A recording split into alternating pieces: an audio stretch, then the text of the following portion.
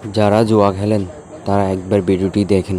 এই জুয়াটি, তোকে কি কেউ বলে নাই আমি কবর, আমি ভয়ঙ্কর? হাদিসে এসেছে 99টা সাপ এক কবরে।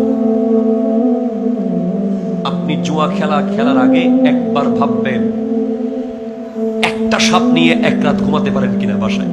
শুধু একটা সাপ, গোকরা সাপ বা কোনো একটা সাপ আপনার বিছানায় রেখে দেওয়া হবে, এক রাত ঘুমাবেন মন ভরে, এরপরের দিন থেকে খেলিয়ে যদি পারেন।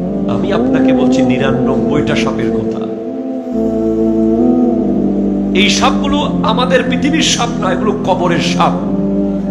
এগুলোর একটার নিঃশ্বাস যদি পৃথিবীতে ফেলে, এই পৃথিবীতে আর কোনোদিন কোনো ক্ষেত খামার হবে না। এরকম 99টা সাপ কবর। আল্লাহ মুখ দিয়ে ঢুকবে, পেট দিয়ে বের হয়ে যাবে, মাথার খুলি দিয়ে ঢুকে যাবে, পেটের ছিদ্র দিয়ে বের হয়ে যাবে, ডান দিক দিয়ে ঢুকে বাম দিক দিয়ে বের হবে, সামনে দিয়ে ঢুকে চোখ দিয়ে ঢুকে যাবে, নাক দিয়ে। আয় আল্লাহ,